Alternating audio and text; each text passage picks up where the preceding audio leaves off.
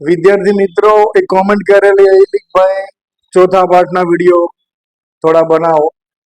તો આજે આપણે વિદ્યાપીઠોની અંદર એક નાનકડી વિદ્યાપીઠ જે મોસ્ટ આઈએમપી પ્રશ્ન છે 3 માર્કની અંદર, તક્ષશિલા. તો એના વિશે વાત કરીએ આજે આપણે, તક્ષશિલા વિશે.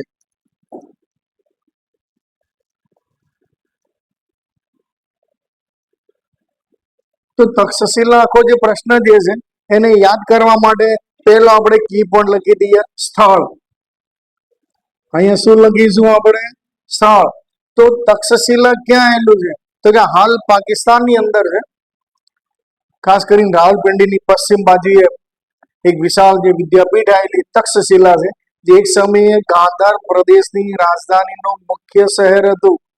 વિશેષતાની વાત કરવા જઈએ, વિશેષતા, આની વિશેષતા શું હતી?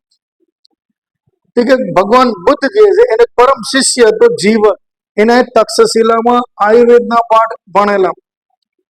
એ ઉપરાંત એક દંતકથા મુજબ રઘુકુળમાં જન્મેલા રામ જે છે એના ભાઈ ભારત, એનો સૌથી મોટો પુત્ર, એનું નામ તક્ષ હતું. એના ઉપરથી આ વિદ્યાપીઠના પ્રદેશનું નામ તક્ષશિલા પાડવામાં આવેલું. અહીંયા વિદ્યાપીઠ હતી એટલે ગુરુ હોય. ગુરુઓની વાત કરવા જઈએ તો અહીંયા કુલ ગુરુ 64 પ્રકારની વિદ્યાઓ જ્ઞાન આપતા હતા. વિદ્યાર્થીઓ ગુરુના ઘરે જઈને અભ્યાસ કરતા હતા. ખાસ કરીને ગુરુ જે છે એ ગમે એટલા વિદ્યાર્થીઓને ભણાવી શકે, પણ એક નિયમ એવો હતો કે કોઈ પણ એક ગુરુ વધુ 20 વિદ્યાર્થીઓને ભણાવી શકે. હવે ગુરુ હોય તો એના પરમ શું હોય? શિષ્ય હોય.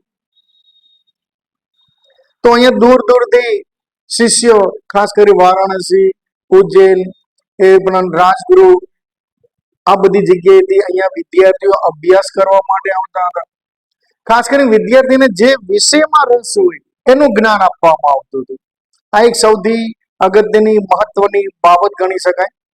ખાસ કરીને કયા કયા વિદ્યાર્થીઓ? તો કૌશલ દેશનો રાજા પ્રસન્નજીત, મૌર્ય વંશનો સ્થાપક ચંદ્રગુપ્ત મૌર્ય, એના ગુરુ ચાણક્ય, એ આ વિદ્યાપીઠમાં ભણેલા.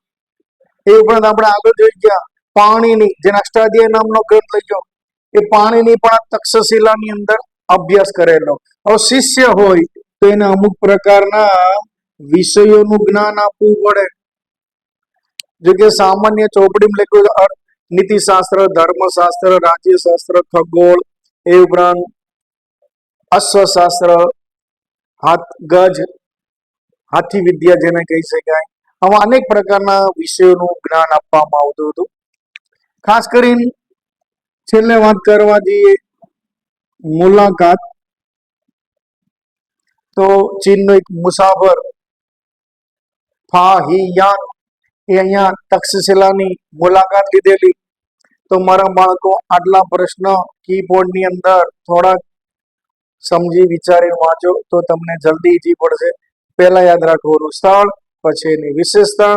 તક્ષશિલા એટલે ગુરુ હોય, ગુરુ હોય એટલે શિષ્યો હોય, એ શિષ્યને અમુક વિષયો શીખવાડવામાં આવે, એ શિષ્યો ક્યાંથી આવતા હતા એના વિશે પણ થોડી માહિતી આપવાની, અને છેલ્લે કોને મુલાકાત લીધી એના વિશે એકવાર નજર કરી લો, યાદ કરી લો. ઓકે.